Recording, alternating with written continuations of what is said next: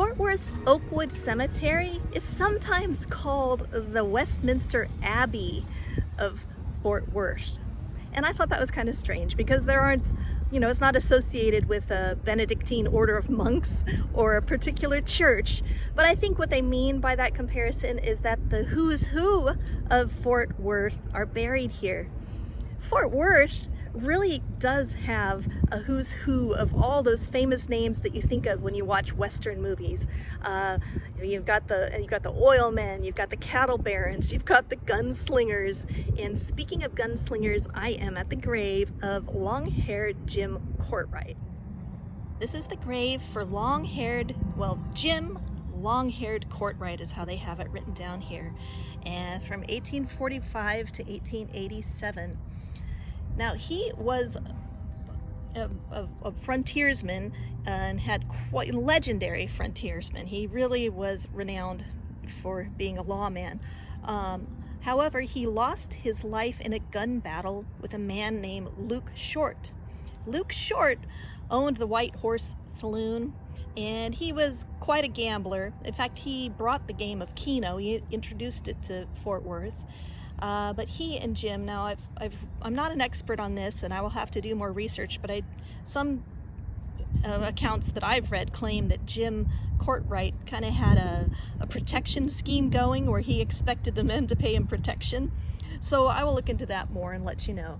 But this is his grave. Cemetery. There's a funny thing about the name Oakwood.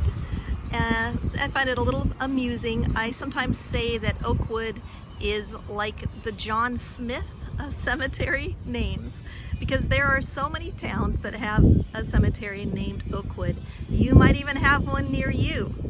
Now, this particular cemetery was founded in 1879 when a man named John Peter Smith donated 20 acres of his own land to be set aside for burial.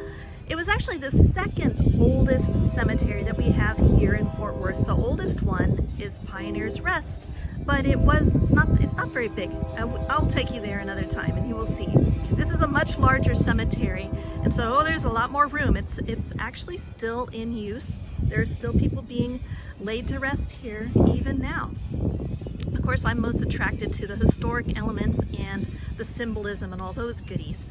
But I do always get a kick out of the name Oakwood, since a lot of times I'll give a talk somewhere and afterwards people will come up and go, "Hey, have you ever been to Oakwood Cemetery?" And I'm like, "Yeah, I sure have." And they'll be talking about, Oakwood Cemetery in Ohio or whatever. Oh, I'll show you that chapel when we get over there a little closer. Okay, I'm gonna walk up to the sign over here and give us a look at that.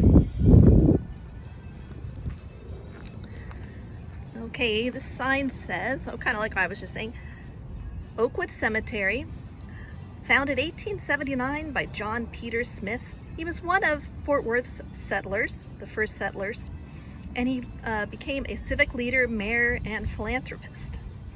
So, I should mention too, yes, this was originally 3 separate cemeteries. You had Oakwood Cemetery, that was for the white people. You had Trinity Cemetery, that was for the black folks. And then you had Calvary, and that was for the Catholics. And so as we go through here, I'm going to stop and show you each of those sections, because there is some really interesting history and symbolism in all of those. What does it say here? Plots are owned by lodges, unions, Catholic, Protestant, Negro, and white. Well, this is an old sign.